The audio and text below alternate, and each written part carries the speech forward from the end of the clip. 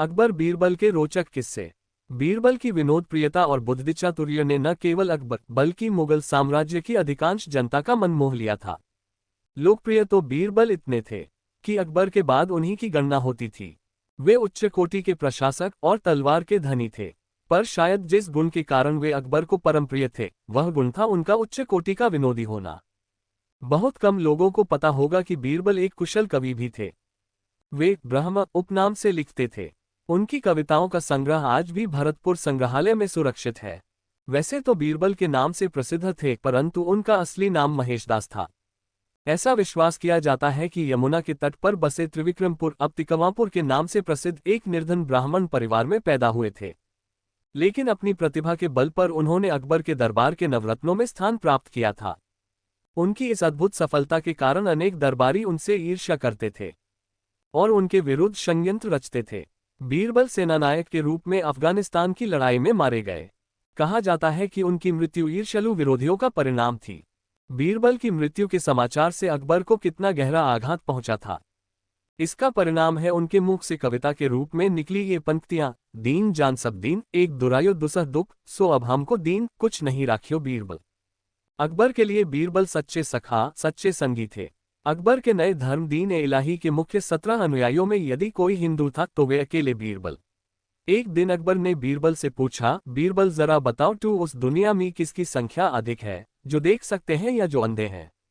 बीरबल बोले, इस समय तुरंत तो आपके इस सवाल का जवाब देना मेरे लिए संभव नहीं है, लेकिन मेरा विश्वास है कि अंधों की संख्या अधिक होगी बजाय देख सकने वालों के। बादशाह ने कहा कि तुम्हें अपनी बात सिद्ध करके दिखानी होगी। बीरबल ने बादशाह की चुनौती स्वीकार कर ली। अगले दिन बीरबल बीच बाजार में एक बिना बुनी हुई चारपाई लेकर बैठ गए और उसे बुनना शुरू कर दिया। उसके अगल बगल 2 आदमी कागज कलम लेकर बैठे हुए थे। थोड़ी ही देर में वहां भीड़ इकट्ठी हो गई ये देखने के लिए कि हो क्या रहा है। वहां मौजूद हर व्यक्ति ने बीरबल से एक ही सवाल पूछा, बीरबल तुम क्या कर रहे हो। उद्धरण चिन्ह। बीरबल के अगल बगल बैठे दोनों आदमी ऐसा सवाल कराने वालों का नाम पूछ पूछ कर लिखते जा रहे थे। जब बादशाह के कानों तक ये बात पहुंची कि बीच बाजार बीरबल चारपाई बुन रहे हैं तो वो भी वहां जा पहुंचे और वही सवाल किया, ये तुम क्या कर रहे हो। कोई जवाब दिए बिना बीरबल ने अपने बगल में बैठे एक आदमी से बादशाह अकबर का भी नाम लिख लेने को कहा। तभी बादशाह ने आदमी के हाथ में थमा कागज का पुलिंदा ले लिया। उस पर लिखा था, अंधे लोगों की सूची। बादशाह ने बीरबल से पूछा, इसमें मेरा नाम क्यों लिखा है। बीरबल ने कहा, जहांपनाह, आपने देखा भी कि मैं चारपाई बुन रहा हूं, फिर भी आपने सवाल पूछा कि मैं क्या कर रहा हूं। बादशाह ने देखा उन लोगों की सूची में एक भी नाम नहीं था जो देख सकते थे, लेकिन अंधे लोगों की सूची का पुलिंदा बेहद भारी था। बीरबल ने कहा, हुजूर, अब तो आप मेरी बात से सहमत होने की दुनिया में अंधों की तादाद ज्यादा है। बीरबल की इस चतुराई पर बादशाह मंद मंद मुस्करा दिए। अकबर, बीरबल और ऊंट की गर्दन। अकबर बीरबल की हाजिर जवाबी के बड़े कायल थे।